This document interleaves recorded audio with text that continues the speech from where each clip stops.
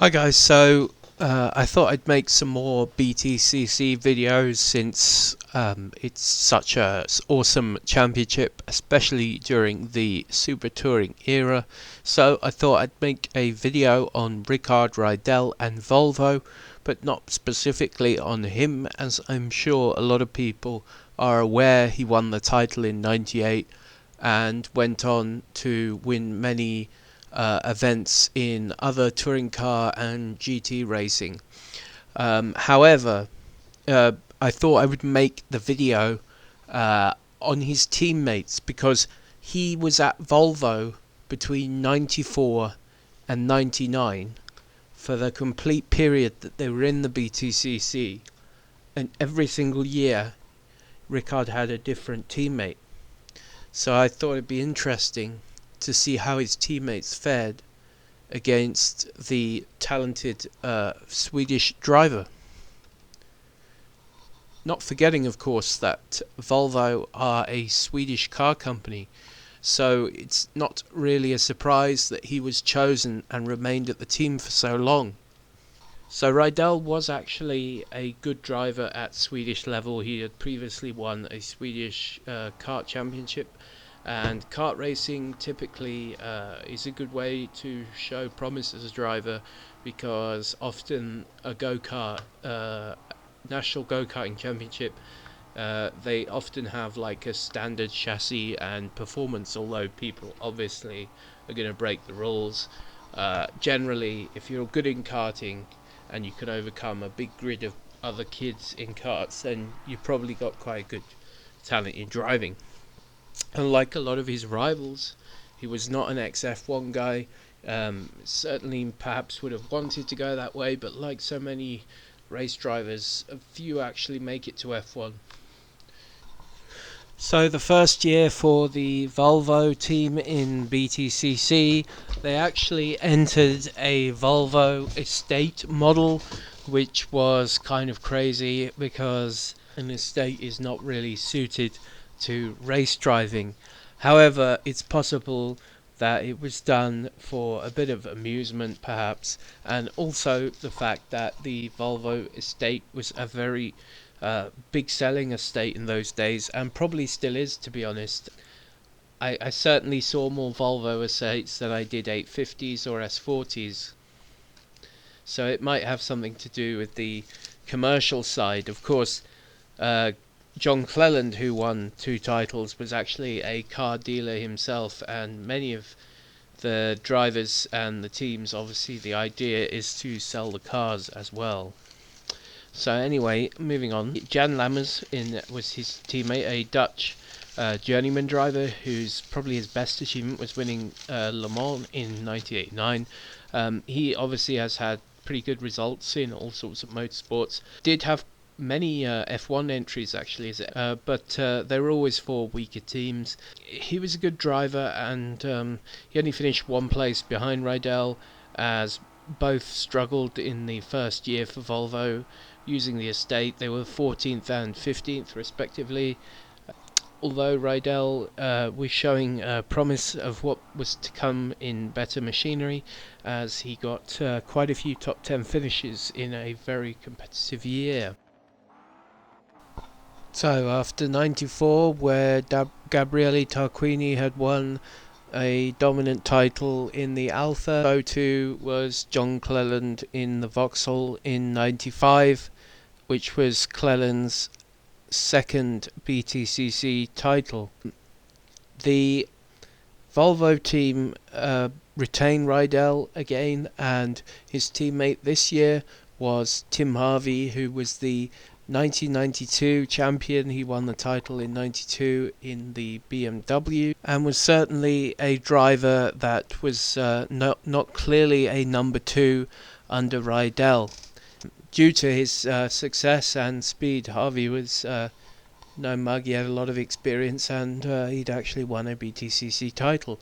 So when Rydell outdrove him most of that year, gaining 4 wins and 5 more podiums to a 3rd place in the title, Harvey finished a respectable 5th as his teammate, having many wins and several podiums himself, although neither man could realistically challenge for the title that year. In 1996 and 97, Kelvin Burt was Rydell's teammate at Volvo. As I mentioned before, having in 95 improved on his debut year, most likely because he had learnt the British circuits better, Rydell again showed his talent and potential as the championship winner by finishing third once again. Frank Bieler's Audi was pretty much untouchable in that year, and Kelvin Burt was a quick driver. He was often in the mix up the field, but was a little bit prone to going off track or colliding with other cars, and could only manage 11th in 96. So 97, again staying on with Volvo for what was now his 4th year with the marque. Rydell this year did not have a particularly good season by his standard. He dropped down from 2/3 to finishing 4th in the 97 driver standing, and really it was another season of dominance, but this time it was the Swiss driver Alain Menu in the Renault, Williams Renault in fact, a very fast and dominant car that year. Rydell's teammate again was Burt, and as I said, Burt could put in a good lap here and there. He actually managed to get a podium, his first podium at Donington in the first round, and he had a good turn of pace, but often found himself in the wars further down the field. So moving into 98, and Morbidelli was the new teammate as Kelvin Burt bowed out of the BTCC. As it says on Morbidelli's Wikipedia, he was not as competitive as Rydell, who won that year's title. Of course, Rydell won in 98. His only competitive showing was in the summer meeting at Thruxton, where he charged from near the back of the field to finish 4th, passing many cars in the process. Of course, the Volvo S40 was a car with a very decent engine and helped Rydell. Thruxton, as you can tell, as I said, is it's a quick track Thruxton, so that makes sense.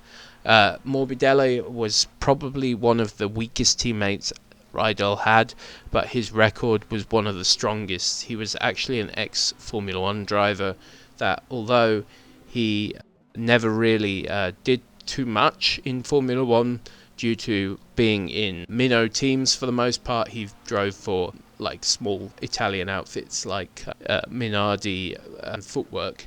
He did actually manage one podium in F1.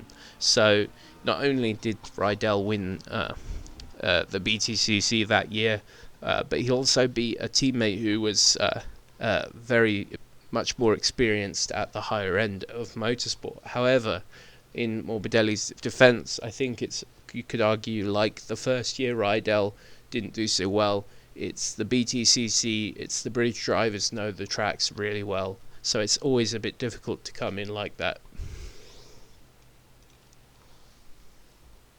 Also, to comment on Rydell's title victory in 98, of course, a well-deserved victory against one of the most competitive fields in the BTCC history.